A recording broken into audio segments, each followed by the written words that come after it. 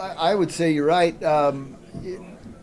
Senior leadership is one of the top things you have to have in order to have a good football team. You can't go without senior leadership. I mean, the coaches are the leaders of the team, but they aren't the leaders in the locker room, and they're not the leaders in the huddle, and they're not going to be the leaders out on that field. And leadership is extremely important, and it's coming around. It's a lot better than it was last year at this time, and I like what I see out of the seniors. They're paying attention. They're taking care of the underclassmen. They're coaching them up when necessary, and that's extremely important. The football season's a long season. It's 18 weeks. Nobody goes as long as football, and it's the toughest sport out there. Just like I was telling the kids today. I mean, we got a good football team, but you got to show up every day, ready to get better, ready to learn. Every week's a new week. This football team can be as good as it wants to be, and leadership is going to go a long way in that regard. Hey, KJ's got a lot of great qualities about him. He's a junior quarterback. He subbed in and out with our #1 quarterback last year.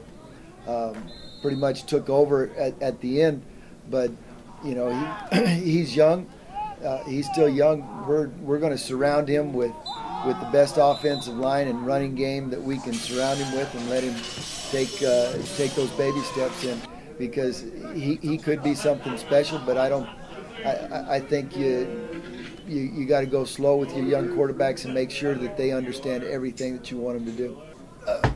David Stuckey, running back, he was our second string running back last year. Got to see some playing time. He's got good speed, good move, tough running back. Not very big. On offensive line, we've got one returning starter, Raymond Fierro. He's got some good size. He's moving things out. He's way ahead of where he was last year at this time. We're going to count on him a great deal. We've got a good size offensive line overall. Great potential there.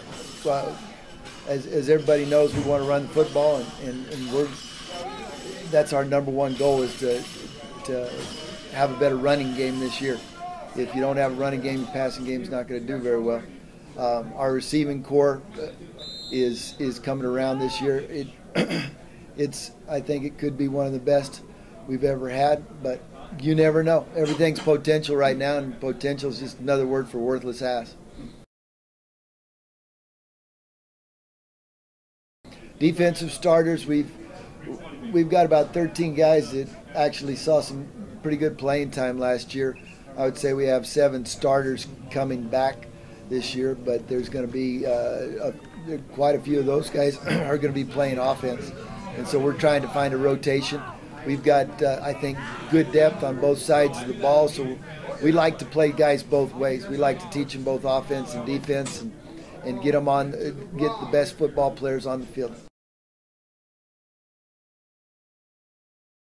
Tough from front to back. We start off with El Dorado and Franklin and Carlsbad, Volcano Vista, El Dorado. All those guys are going to be tough. Our district's going to be tougher than it was last year.